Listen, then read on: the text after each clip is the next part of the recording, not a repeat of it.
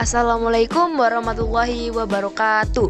Perkenalkan, nama saya Neva Livia Nurrohmah. Saya dari kelas 11 MIPA 1. Di sini saya akan menjelaskan materi tentang APBN dan APBD.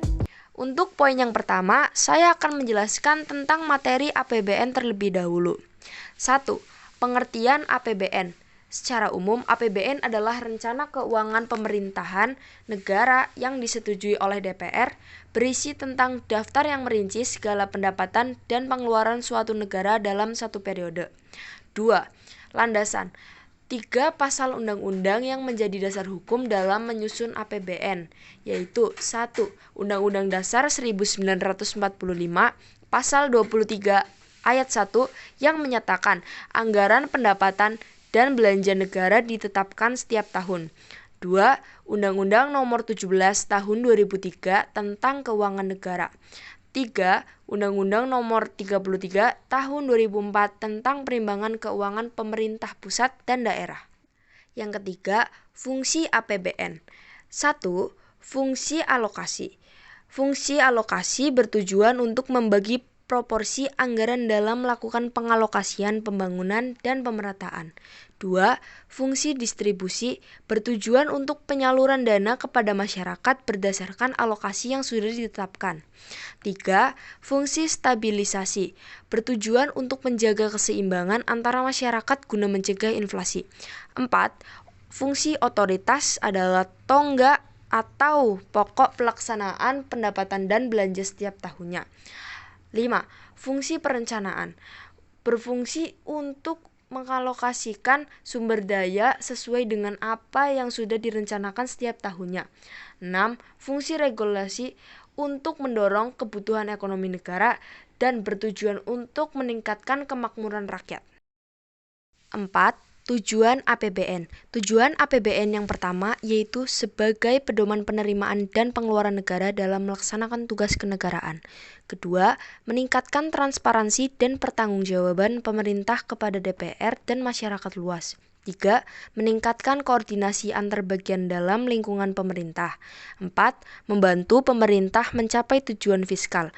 5. Memungkinkan pemerintah memenuhi prioritas belanja. 5. Komponen pendapatan negara. Untuk komponen pendapatan negara yang pertama yaitu pendapatan dalam negeri. Pendapatan dalam negeri tergolong menjadi 2, yaitu penerimaan pajak dan penerimaan negara bukan pajak atau BNPB.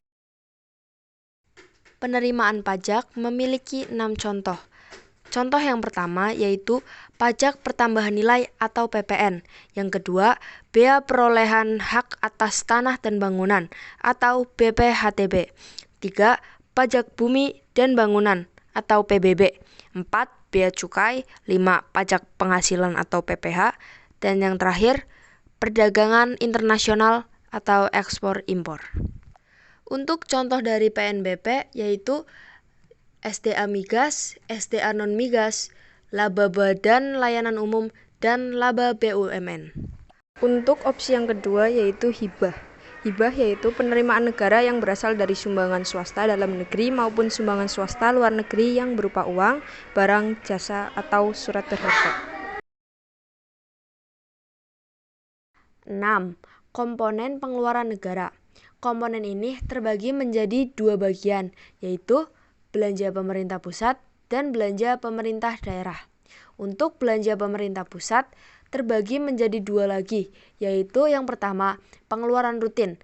Pengeluaran ini untuk kegiatan rutin yang sifatnya permanen atau terus-menerus seperti gaji PNS, belanja barang, subsidi, dan cicilan hutang.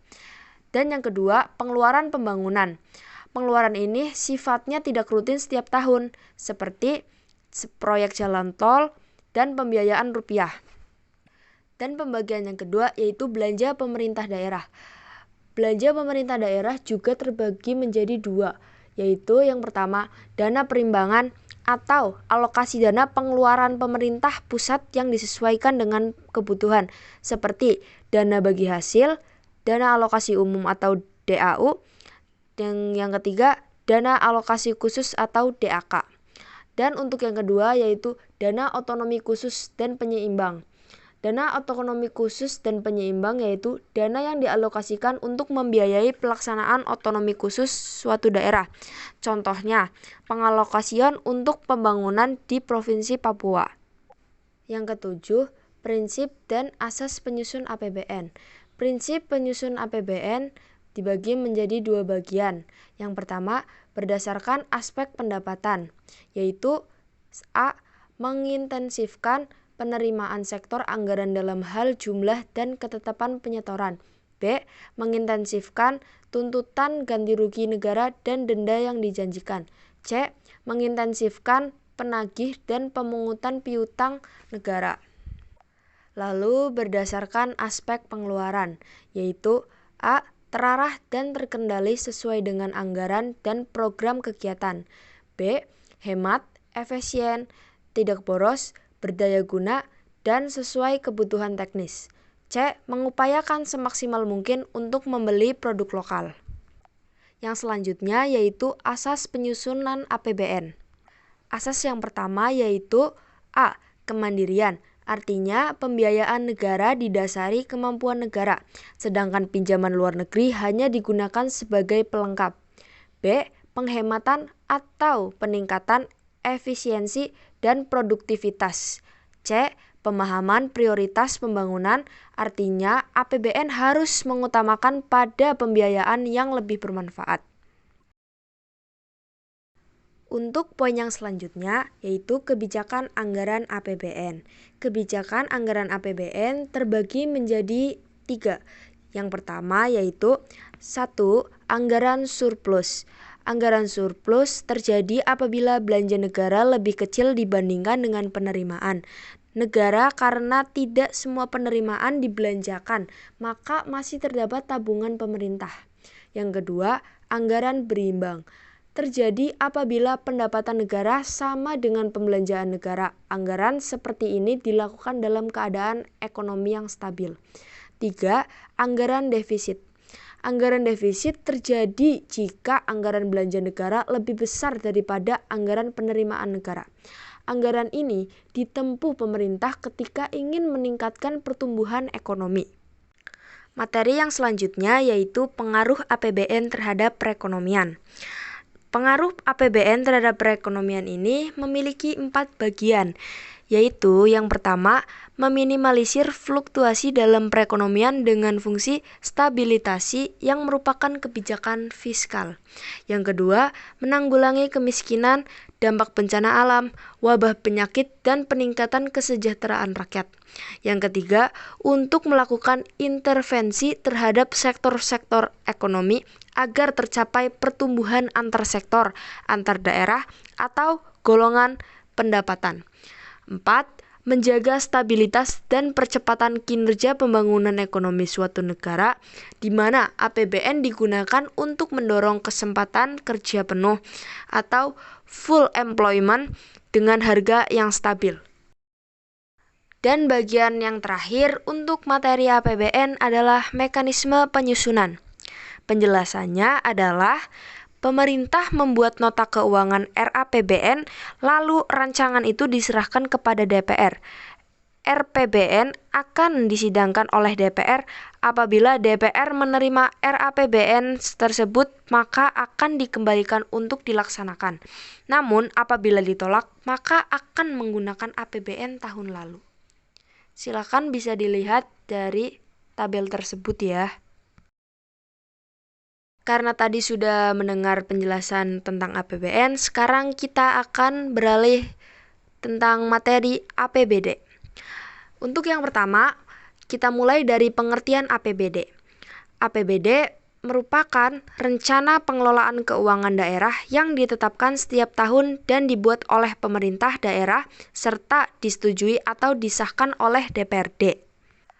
Untuk landasannya, landasan hukum APBD adalah Undang-Undang Nomor 22 Tahun 1999 yang disempurnakan menjadi Undang-Undang Nomor 32 Tahun 2004 tentang pemerintahan daerah. Yang ketiga adalah fungsi APBD. Fungsi yang pertama yaitu fungsi alokasi, digunakan untuk berbagai kebutuhan masyarakat umum. 2. fungsi distribusi, mengurangi ketimpangan ekonomi di masyarakat. 3. Fungsi stabilisasi. Anggaran pemerintah daerah akan menjadi alat untuk memelihara dan menjaga keseimbangan perekonomian daerah setempat. 4. Fungsi otoritas. Pedoman penerimaan dan pengeluaran.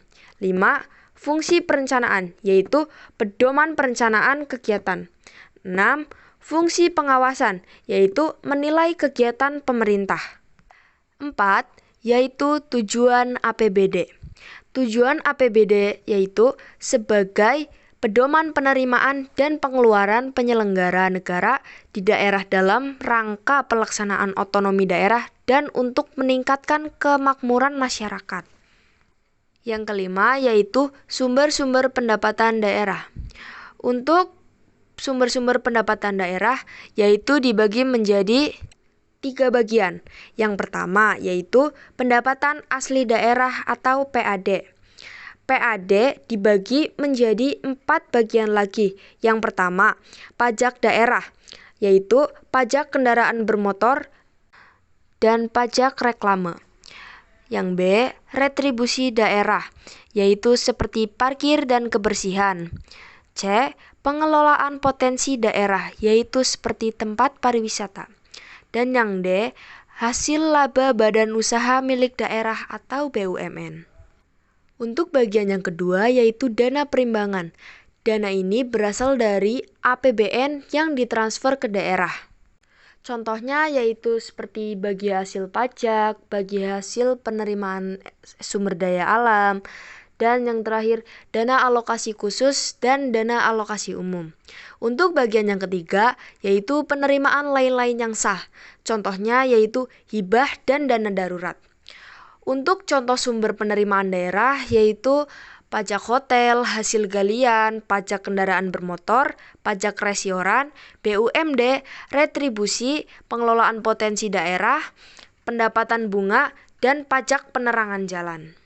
Materi APBD yang selanjutnya yaitu jenis-jenis pengeluaran daerah. Jenis-jenis ini dibagi menjadi 2 bagian. Yang pertama yaitu belanja langsung. Belanja langsung adalah kegiatan belanja daerah yang dianggarkan dan berhubungan secara langsung dengan pelaksanaan program dan kegiatan pemerintah daerah. Contohnya yaitu belanja pegawai, belanja barang dan jasa, dan belanja modal. Untuk yang kedua, belanja tidak langsung. Belanja tidak langsung adalah kegiatan belanja daerah yang dianggarkan dan tidak memiliki hubungan secara langsung dengan pelaksanaan program dan kegiatan pemerintah daerah.